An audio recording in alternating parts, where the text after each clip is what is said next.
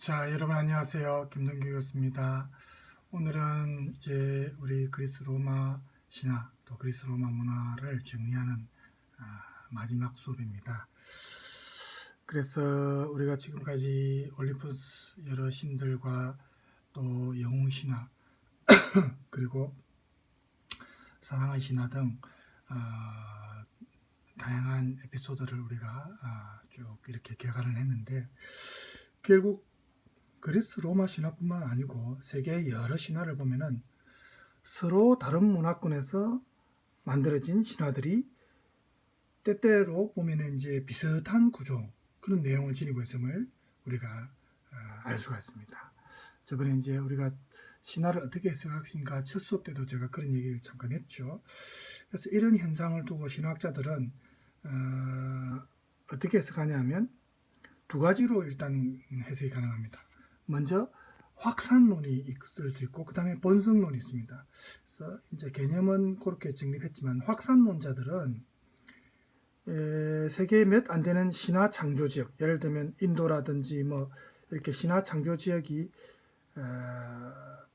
이제 다양하게 보진 않는 겁니다. 그래서 이런 지역에서 만들어진 신화들이 문화 간의 접촉을 통해서 확산되었다, 그렇게 보는 겁니다. 그래서 서로 다른 문화권의 신화가 이렇게 유사성이 보이는 것은 원본의 동일성에서 비롯된다. 원본에서 조금씩 변형되고 이렇게 했지만 결국 원본에서 크게 벗어나지 않기 때문에 이렇게 유사하다, 이렇게 보는 겁니다. 반면에 신화를 본성론으로 보는 학자들은 신화의 핵심적인 요소들은 인간 본성에 관련된 것들이기 때문에 이 신화라는 산물의 유사성은 당연하다. 모든 인류에게 공통적으로 해당되는 그런 내용이기 때문에 유사한 것이다. 그래서 모든 인간에게 존재하는 이 어떤 보편성을 말하죠. 보편적인 그런 요소가 신화 속에 표현된 것이기 때문에 이런 신화를 통해서 나타나는 양상은 상호 교류하지 않아도 얼마든지 서로 유사한 모습을 가질 수 있다, 이렇게 보는 입장입니다. 두 입장 다 이제 어느 정도 설득력은 다 있지만, 여러분 생각 어때요? 이 양쪽이 주장하는 그 상대에 대한 어떤 반론을 보면은 양측의 문제점도 사실은 좀 있습니다. 결국은 우리가 이 두 입장을 절충해서 일부 권역별로 원본 신화가 확산된 경우도 있고, 그 영향의 가능성도 있다고 볼 수 있고, 그 다음에 인간의 원초적 상상력이 유사하기 때문에 이걸 토대로 만들어진 신화도 역시 보편성을 가질 수밖에 없다, 이렇게 양측의 주장을 절충하는 게 가장 합당하다, 이렇게 사실은 볼 수 있습니다. 물론 저는 개인적으로 신화 본성론을 조금 더 지지하는 입장입니다만은, 그것만 이제 우리가 또 주장할 수는 없죠. 두 개 다 조금씩 섞여 있다고 볼 수 있는데, 본성론적인 측면이 조금 더 강하다고는 개인적으로 저는 그렇게 보고 있습니다.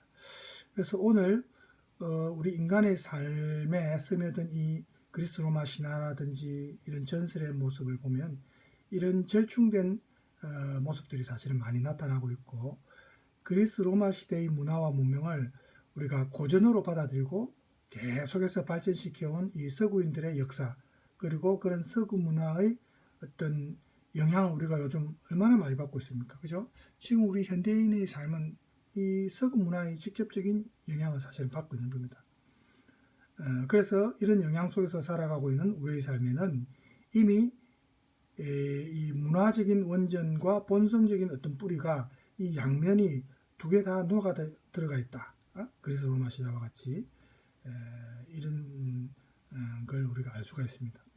우리가 앞서 신화에서 다뤘던 내용 중에 뭐 판도라의 상조라든지 또 프로크스테스의 침대, 그 사람이 침대 길이에 맞춰서 뭐 자르고 늘리고 하는 거 있죠. 그 다음에 미다스의 손, 우리 보통 마이다스의 손이라고도 하죠. 미다스의 손, 또 트로이의 목마, 뭐 아킬레스의 힘줄, 우리 아킬레스건 약점을 말할 때 그런 표현이죠. 또 이카로스의 날개, 아리아드네의 실, 뭐 오이디푸스 콤플렉스 혹은 뭐 웨디푸스 콤플렉스라고도 하죠. 또 뭐 엘렉트라 콤플렉스 이런 많은 표현들이 보면은 그리고 이 다 신화에서 나오지 않았습니까? 그죠? 그리고 뭐 수많은 학술 용어나 일상 용어에 보면은 우리가 신화 내용을 쭉 이렇게 살펴보면서 아 이게 전부 신화에서 나온 용어구나, 신화에서 나온 용어가 유사구나 하는 걸 알 수가 있었습니다. 그죠?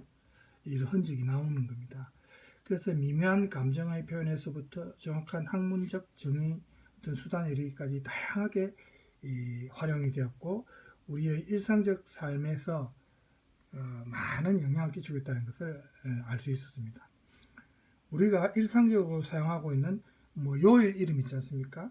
또 행성의 이름 이런 걸 보면은 우리에게 익숙한 어떤 동양적 전통에 입각한 듯 이렇게 그렇게 보이면서도 또 선뜻 이해하기 힘든 순서라든지 뭐 오행의 요소라든지 해와 달이 나열되어 있는 요일 이름 이런 거 보면은 그리스 로마 신화와 관련된 문화사적인 어떤 배경이 있다는 것을 우리가 알 수가 있었습니다. 특히 서구 언어, 그죠? 그리고 우리 일상에 남은 그리스 로마 신화의 상상력의 흔적이 많이 남아 있어요. 예를 들어서 요일 중에 영어에서 이제 일요일 말할 때 Sunday, 독일어로는 존탁이랍니다. 그죠?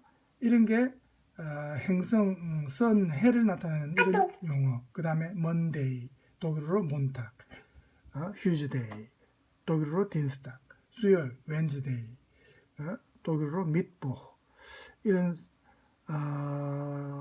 요일 이런 보면 프랑스어도 그렇고 행성이나 관련 행성 같은 거하고 관련된 신의 이름 이런 게 이 요일 이름하고 행성 이름에서 이제 활용이 됩니다.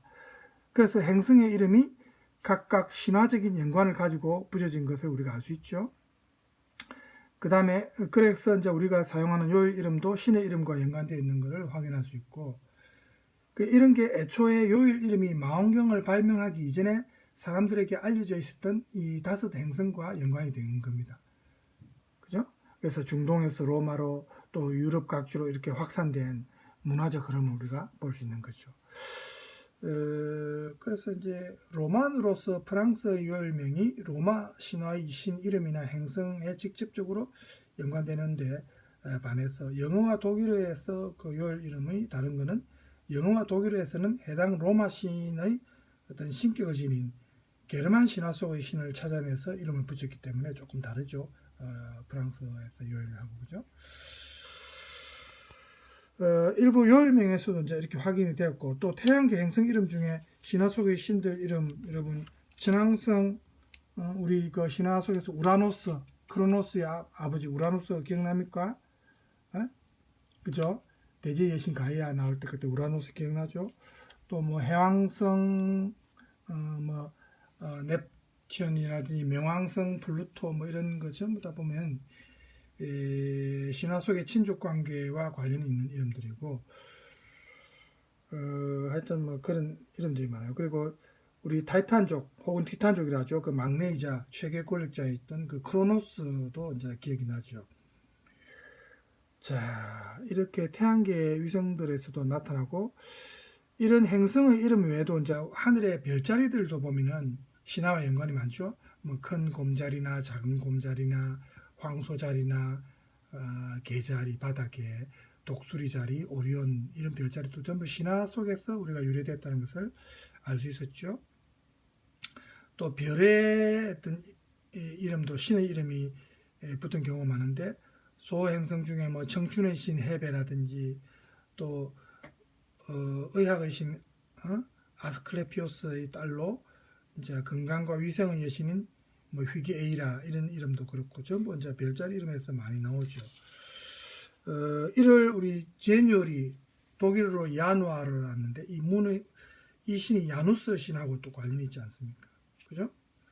그래서 뭐 3월, 마치, 5월, 메이, 6월, 준 이런 것도 보면 전쟁의 신 마르스나 뭐 헤르메스, 메르쿠리우스죠 로마 신화에서는.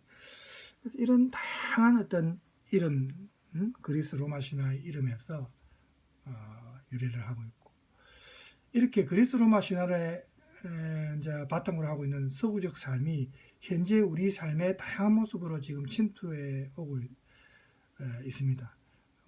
우리도 사실은 부정할 수 없습니다. 동양이든 서양이든 그죠? 이런 어쩌면 서구적인 것과 전통적인 것을 이제 구별하는 것이 의미가 없어질 정도죠. 그죠? 예, 그래서 오늘날의 세계는 어떻게 보면 하나의 표준, 이른바 글로벌 스탠다드로 막 통일되어 있는 겁니다. 지금 보면은. 그래서 우리가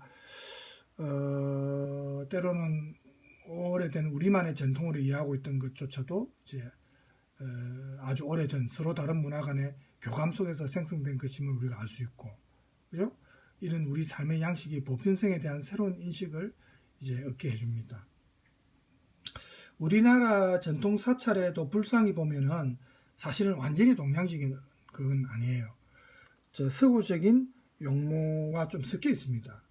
그래서 이거는 이제 기원전에 알렉산드로스 왕이 동방원정을 했죠. 그때 그 계기가 있어서 사실 간다라 미술의 영향이 여기에 남아 있는 겁니다. 그 불상에 보면 완전히 동양인 얼굴 아니거든요. 서구적인 특징이 섞여 있어요. 그죠? 그래서 우리가 오래된 전통 사찰에 있는 불상의 모습이 좀 다소 이국적인 모습이긴 하지만 그렇다고 해서 우리와 완전히 다른 느낌 아니죠. 좀 친근한 우리 문화의 산물이라고 생각하죠. 그 불상에 보면 머리카락이 곱슬머리인 경우가 많죠.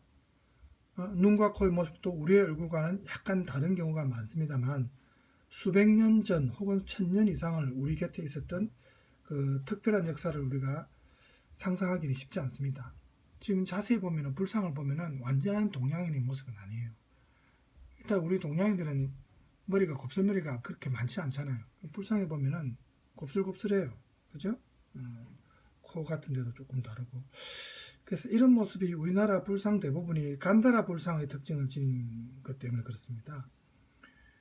그래서 기원 전후에서 5세기경 파키스탄의 페샤와르라는 지방에서 만들어진 이 그리스 로마풍의 불교 미술을 일컫는 게 간다라 미술인데, 이 간다라 미술의 산물인 간다라 불상의 표현을 보면은 결국 아까 말했던 그 알렉산드로스의 침략이 동방원정이 계기가 되어 가지고 생성됐다, 영향을 받았다라는 것을 우리가 알 수가 있죠.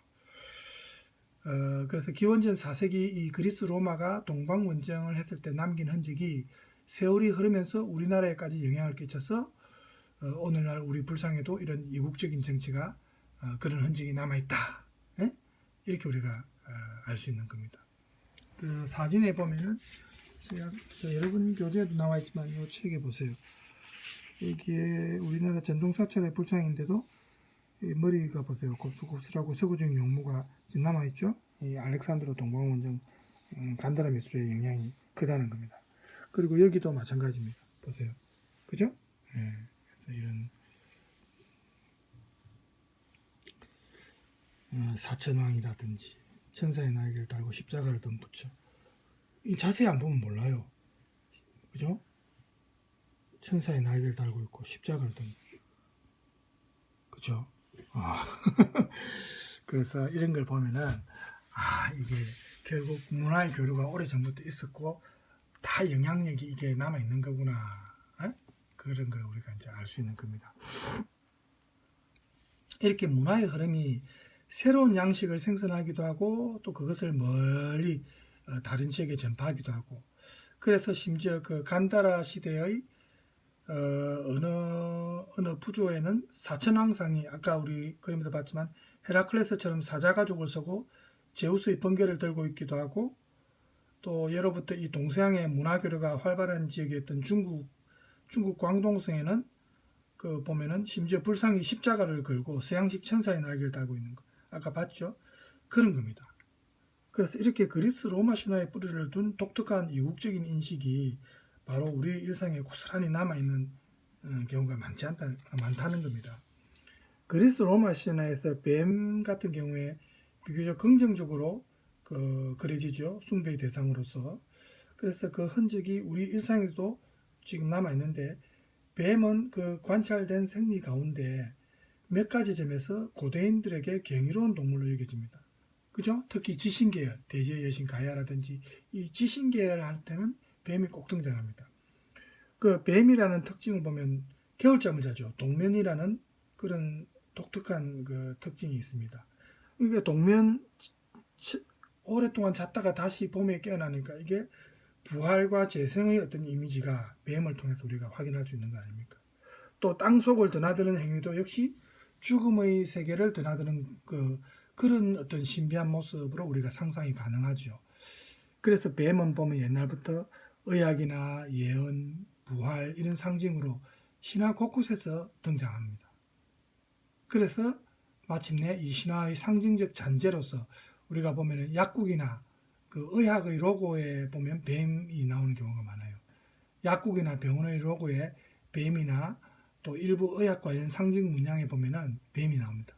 이게 바로 신화적 배경에 근거한 겁니다. 그죠?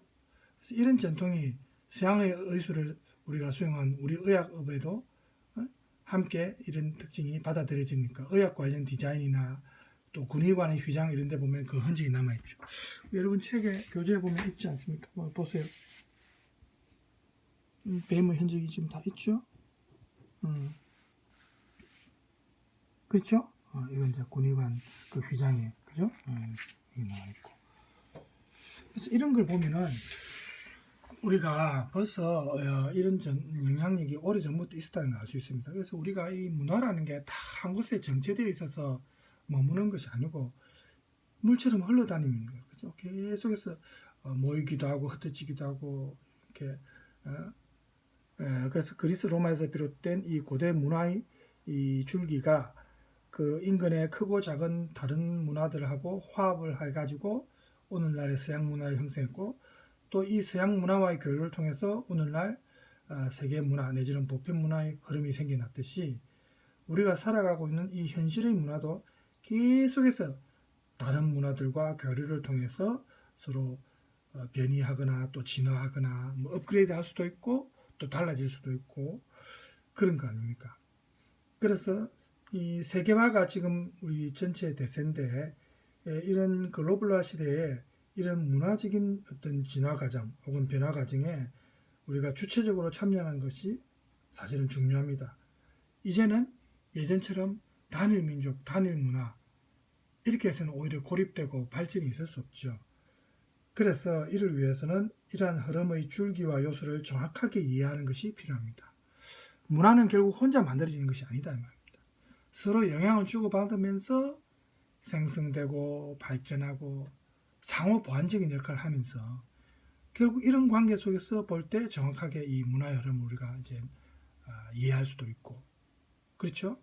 그래서 그리스 로마의 신화와 전설을 통해서 이런 서양 문화의 원형에 대해서 우리가 쭉 개관해 봤는데 그래서 이런 걸 보면은 이게 결국 이런 문화사적인 흐름이나 변화와 우리가 연관이 있다는 것을 알 수가 있고 또 우리 미래의 모습도 예측하는 데에 도움이 될 수 있다. 이렇게 결국 볼 수가 있는 겁니다. 오늘 마지막 시간에서 길게 이제 하지는 않으려고 하는데 이런 신화의 가치에 대해서 기획 특강한 동영상이 있어서 제가 좀 찾아놨는데 잠깐 보도록 합시다. 자, EBS에서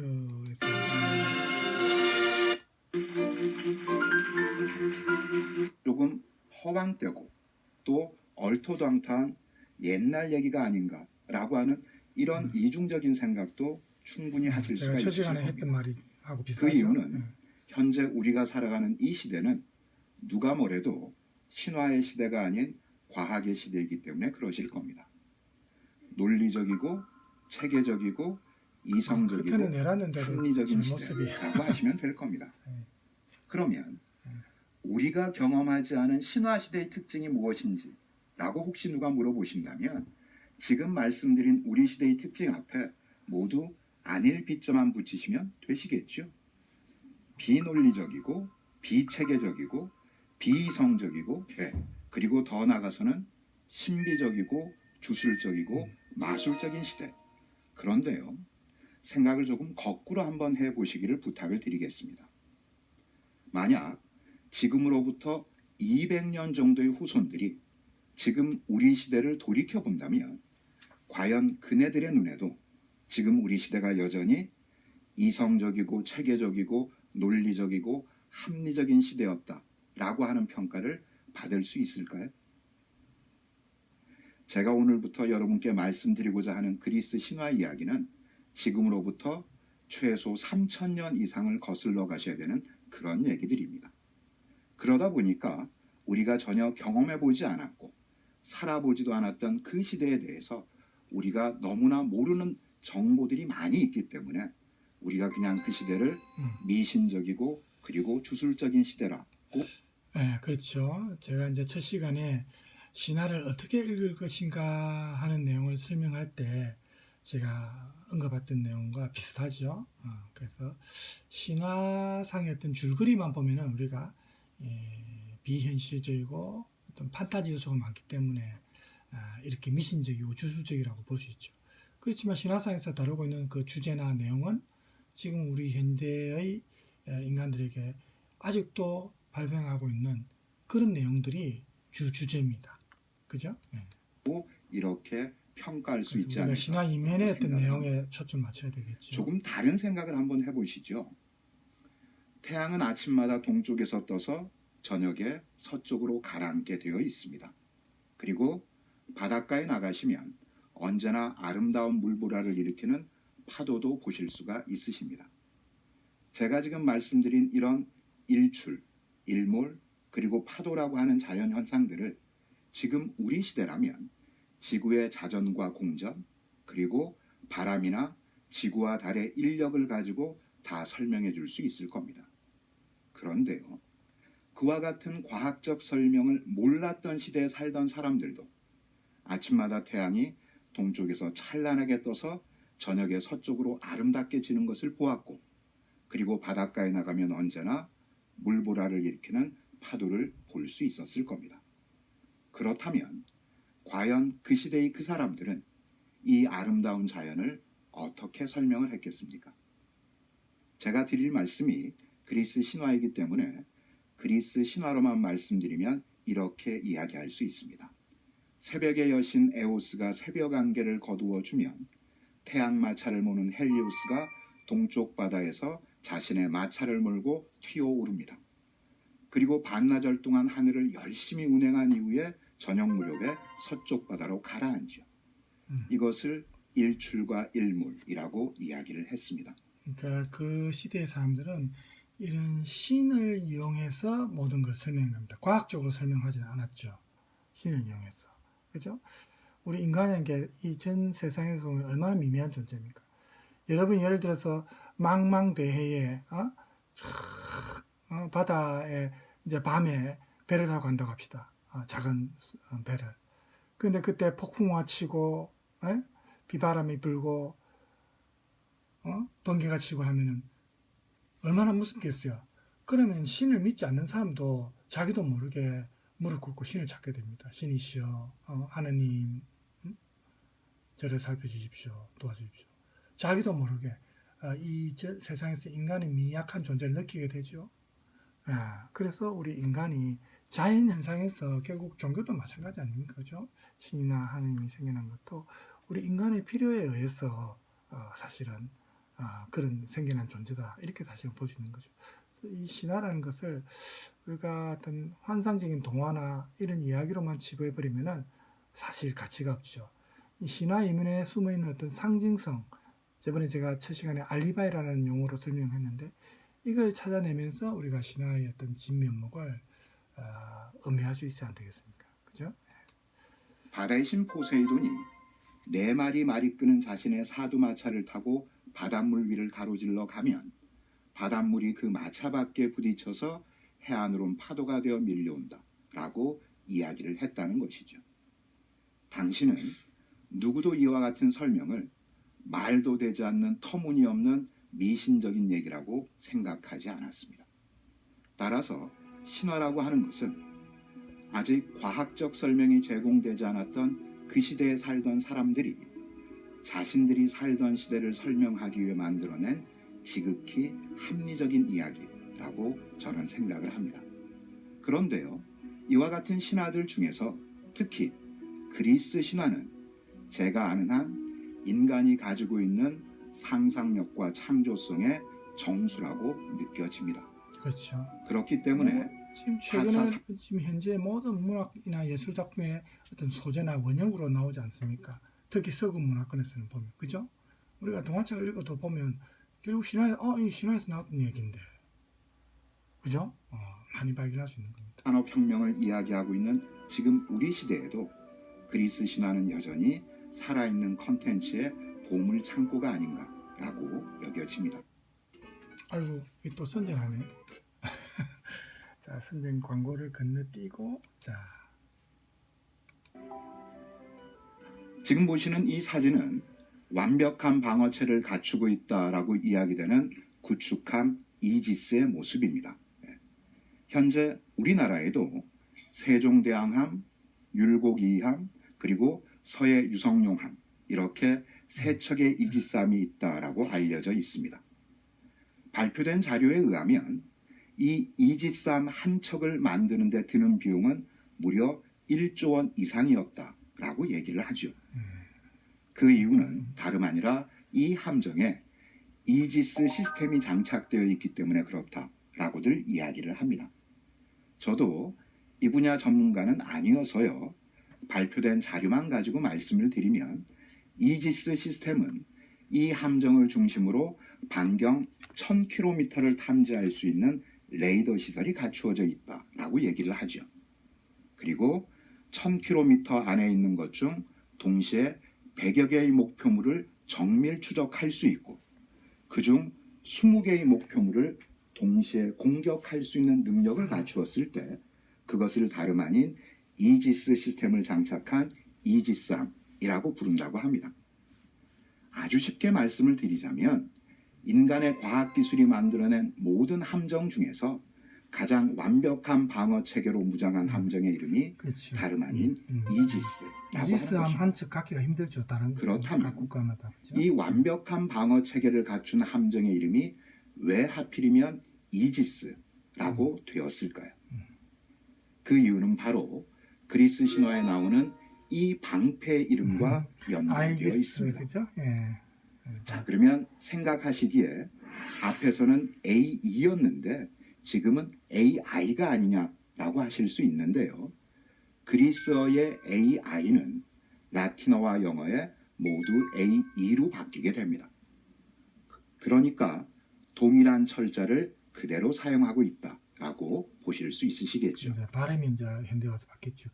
지금 그래서 이제 유럽의 각 대학이나 뭐 미국도 그렇고 라틴어 수업이 아직도 교양 과목에 있는 이유는 라틴어가 지금 현재 사용하지 않는 언어죠. 사어입니다. 죽은 언어. 그렇지만 라틴어 수업을 교양 과목으로 학생들이 많이 듣는 이유는 모든 어떤 서양 언어의 원천이 라틴어에서 유래한 겁니다. 그래서 라틴어 수업을 들으면 다른 서구 문화권의 각 나라의 언어들을 이해하는데 많은 도움이 되는 거예요. 그죠? 그래서 라틴어 수업을 현재 사용 안 해도 많이 배우는 겁니다. 학문적 용어라든지 의학 용어라든지 모든 곳에 이 라틴어가 영향을 끼쳤거든요. 네.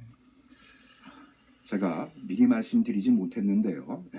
아무리 사진이라 하시더라도 너무 유심히 보시게 되면 잠시 후에 큰 화를 당하시게 됩니다. 메두사의 그 방패 얼굴이 그려진 지금 보시는 이 방패는 아이디스라고 하는 이름이 붙어있는 방패입니다.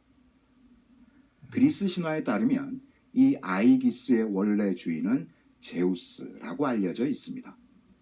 따라서 아이기스라고 하는 방패는 최고의 신 제우스를 외부의 공격으로부터 안전하게 지켜준 무적의 방패였던 것이죠. 그런데 제우스는 자신을 안전하게 지켜준 이 무적의 방패를 자신이 가장 아끼고 사랑했던 딸 지혜의 여신 아테나에게 물려주게 됩니다. 아테나가 이 방패를 쓰면서 제우스가 쓸 때와의 차이점이 하나 생기는데요. 그것이 바로 가운데 보시는 것처럼 사람 얼굴 비슷한 형상이 붙여지게 되는 것입니다. 저것이 바로 그리스 신화에 등장하는 그 유명한 메두사의 머리입니다. 그렇죠. 영화에서도 그리스 많이 신화를 나오죠. 보시게 되면 메두사와 관련된 얘기들이 대단히 많이 소개되어 있는데요.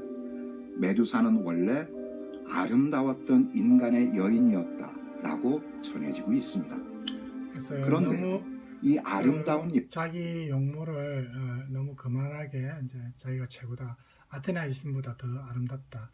거만하게 하다가 이제 아테나 여신의 미움을 받아서 이렇게 됐죠. 머리카락은 뱀으로 변하고 이렇게. 여인이 자신의 아름다움만을 믿고 해서는 안 되는 일을 감행하게 됩니다. 그것이 바로 아름다움으로 아테나 여신에게 도전했던 사건이었습니다. 인간의 여인의 아름다움이 제 아무리 뛰어나다 하더라도 감히 여신의 미모를 넘어설 수는 없었겠죠. 결국 이 미의 대결에서 메두사는 실패하게 됩니다. 이제 실패한 메두사는 아테나 여신의 노여움을 사서 머리카락이 모두 다 뱀으로 바뀌게 되고요. 아름다운 여인이었으니까 그동안 수많은 사람들의 시선을 받지 않았겠습니까? 그래서 그때부터는 누구든지 그녀의 얼굴을 쳐다보기만 해도 돌로 굳어버리게 만드는 괴물로 살아가게 됩니다. 이 괴물 메두사가 인간의 영웅인 페르세우스에 의해서 그 목이 잘려나가게 되죠. 그렇죠. 이제 메두사가 목이 잘리면서 흘린 피가 땅에 스며들게 되고요. 그 땅에 스며든 메두사의 피로부터 또 많이 하시는 하늘을 나는 말 페가수스가 태어나게 됩니다. 그리고 잘려나간 이 메두사의 머리는 지금 보시는 것처럼 이 아이기스 정중앙에 붙여지게 되었던 겁니다.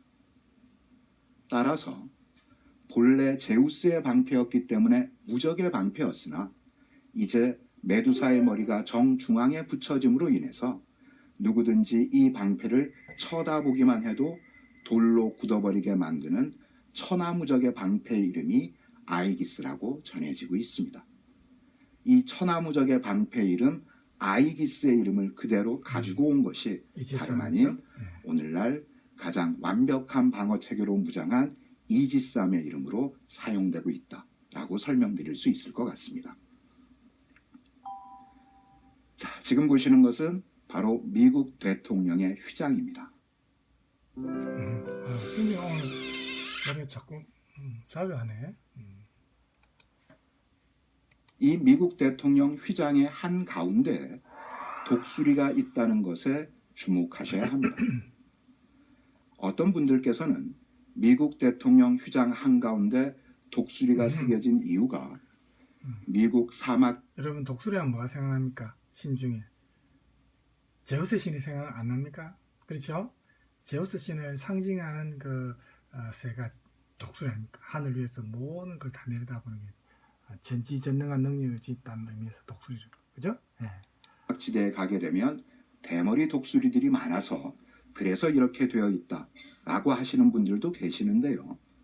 만약 자국의 많은 새를 대통령의 상징으로 사용할 수 있다면 우리나라 대통령들께서는 봉황을 쓰실 수 없으실 겁니다. 이 독수리는 바로 이 독수리가 날아 들어간 것이죠. 제우스죠? 지금 보시는 이 도자기에 새겨진 이 신이 다름 아닌 제우스입니다. 제우스임을 밝혀주는 결정적인 증거가 있습니다. 바로 한 손에는 자신의 주먹이 불벼락이 들려있다는 것이고요. 또 다른 손에는 그의 상징새 독수리가 앉아있는 모습입니다. 자, 이처럼 그리스 신화에서는 각기 주요한 신들은 저마다 상징새들을 다 따로 가지고 있습니다. 지금 보시는 제우스의 상징새는 독수리이고요. 제우스의 아내이자 모든 여신의 여왕인 헤라의 상징새는 모든 새 중에서 가장 크고 아름답고 화려한 깃털을 가진 공작입니다. 그리고 앞서 보신 아테나 여신의 상징새는 올빼미입니다. 이 새들은 그냥 한 마리의 새가 아니라 자신이 섬기고 있는 신의 권력을 보여주는 그런 의미들이 있습니다. 자, 이게 이제 그 다음 특강 1호 넘어가는데 이까지 들을까요? 이게 시간상으로 뭐 꼭 들어야 되는 건 아니지만 조금 더 고대 들어봅시다. 그리스인들에게 올빼미는요, 어둠이 내려야 사냥 떠나는 새가 아니라 올빼미 여러분 누가 생각납니까? 지혜를 미네르바라는 용어 생각나죠? 그래서 이런 게 다 신화와 관련이 있는 거예요. 그들에게 곧 올빼미는 지혜를 의미하는 새로 여겨졌습니다. 이 독수리는 고대 그리스인들에게 세상에서 가장 높이 날고 가장 빠르고 가장 용맹스러운 새로 인식되고 있었습니다. 이렇게 모든 어떤 서구어 문화의 어떤 용어, 학술적 용어든 사용되는 언어에서도 그렇고 이 아까 말했던 예술 작품 소재로도 그렇고 신화 영향이 미치지 않는 것이 없다는 겁니다. 그래서 지금 이런 내용을 쭉 얘기하는 것 같은데 조금 건너뛸까요? 예, 시간상으로. 그들이 바로 로마의 황제들이었죠. 따라서 로마 관련 영화들을 자세히 보시다 보면 황제가 언제나 4마리 백마가 끄는 마차에 올라서는 모습을 확인하실 수 있습니다. 그리고 4마리 백마가 끄는 마차에 오르는 황제의 한 손에는 언제나 독수리 문양이 선명하게 새겨진 조그만 지팡이가 들려있는 것도 올림푸스 신의 확인해 영향들이 보실 수가 크다는 있죠. 거죠. 예. 그런데 이 기호 역시 그리스 신화로부터 유래하고 있습니다. 자, 우리가 이제 먼저 여성을 상징하는 그렇죠? 이 기호는요, 그리스 신화에서 아름다움을 주제했던 아프로디테 여신이 들고 다닌 손거울을 보여주는 겁니다. 그리고 남성을 상징하는 저 기호는 그리스 신화 속에서 아프로디테와 가장 오랜 동안 정열적인 사랑을 나누었던 전쟁의 신 아레스가 들고 다닌 창을 저와 같은 모습으로 형상화해서 우리에게 보여주고 있는 것이죠. 자, 뒤로 조금 넘어갈까요, 이제? 네. 그렇습니다. 마무리하는 좀. 자, 그리고 태양계 행성 중 예, 가장 예. 큰 목성을 오늘 선전을 왜 이래 많이 하는지 모르겠어요. 자, 이제 마칠 때 다 됐습니다. 예. 목성은 주피터라고 하는 이름을 가지고 있습니다. 그런데 이 주피터는 라틴어의 유피테르에서 유래한 단어입니다. 그리고 라틴어의 유피테르는 다름 아닌 제우스의 이름인 것이죠. 자, 그리고 목성, 토성, 천왕성을 잘 보시죠. 바로 그리스 신화에 등장했던 첫 번째, 두 번째, 세 번째 최고의 신들이 나란히 서 있는 모습을 확인해 보실 수 있으실 겁니다. 다시 어떻게 읽으시냐에 따라서 우리 시대에도 여전히 살아있는 컨텐츠의 보물창고가 아닌가라고 생각하게 됩니다. 고맙습니다. 자, 그래서 우리가 동영상을 다 보진 않았지만 조금 제가 끊었지만 제가 다 설명했던 내용들입니다. 그래서 이렇게 우리가 글로벌화 시대에 이제 이 어떤 문화가 정체되어서는 안 되고 서로 상호 교류하면서 변화하고 또 진화하는 그야말로 업그레이드하는 이런 과정에 우리가 주체적으로 참여하는 것이 중요하다 했죠. 그래서 이런 문화의 흐름, 그 줄기를 우리가 정확히 이해해야 되고 결국 문화는 혼자 만들어지는 것이 아니고 상호 영향을 주고받으면서 생성되는 것입니다. 그죠? 그래서 이 그리스 로마 신화의 전설을 통해서 우리가 서양 문화의 어떤 원형 토대에 대해서 많이 이해를 하게 되었고, 그래서 이런 문화사적 흐름과 변화를 우리가 살펴봤는데, 어쨌든 앞으로 우리 후손들 미래에 이제 펼쳐질 미래상을 예측하는 데도 어쨌든 이런 신화가 도움이 되고, 그래서 우리가 이 그리스 로마 신화를 저번도 얘기했지만 단순한 허상에 불과한 줄거리로만 집어서는 절대로 안 되겠죠. 그래서 그런 어떤 현실과 비교하면서 이 신화상의 어떤 이면에 담겨진 의미를 되짚어 보는 것이 결국 신화를 읽을 때 좀 더 다른 시각에서 재미를 느낄 수 있는 그런 방법이라고 생각이 듭니다. 자, 오늘 시간이 우리가 마지막 시간이라서 너무 길게 하진 않겠습니다. 그래도 벌써 시간이 40분이 되었네요. 시간이. 자, 이때까지 여러분 신화 내용 수업하신다고 수고 많으셨고, 앞으로도 이제 여러분이 다른 다양한 교양 도서라든지 또 과학 도서도 마찬가지고 이렇게 책을 읽을 때 우리가 배웠던 이 신화상의 내용이 조금씩 나올 겁니다, 아마. 그래서 그런 걸 발견하는 재미가 아마 있을 겁니다. 있고 그 다음에 신화 때 그런 내용이 지금 여기에서 이런 의미로 사용되고 있구나. 아까 이지삼이라는 용어에서도 우리가 알 수 있다시피 그래서 그런 솔솔한 재미가 있습니다. 신화 배웠다는 의미에서. 자, 그래서 앞으로 여러분 이제 다른 강좌를 듣더라도 우리가 배웠던 이 내용을 항상 머릿속에 그리면서 한번 연관지어서 생각을 해보십시오. 그러면 훨씬 재미있을 겁니다. 이제 그 수업을 이해하는데. 자, 오늘 여기서 이제 마치겠고, 여러분 앞으로도 건강 항상 유의하시고, 우리가 코로나 이전과 이후의 시대는 완전히 다르댔죠. 코로나 이후에는 이제 예전처럼 돌아가기가 힘듭니다. 그렇지만 또 우리가 이런 바뀐 시대에 적응하면서 살아야 되니까 여러분들이 항상 건강 관리 잘 하시고, 여러분 본인과 또 가족 주변 사람을 위해서도 항상 그런 어떤 사회적 거리를 계속해서 유지하시기 바랍니다.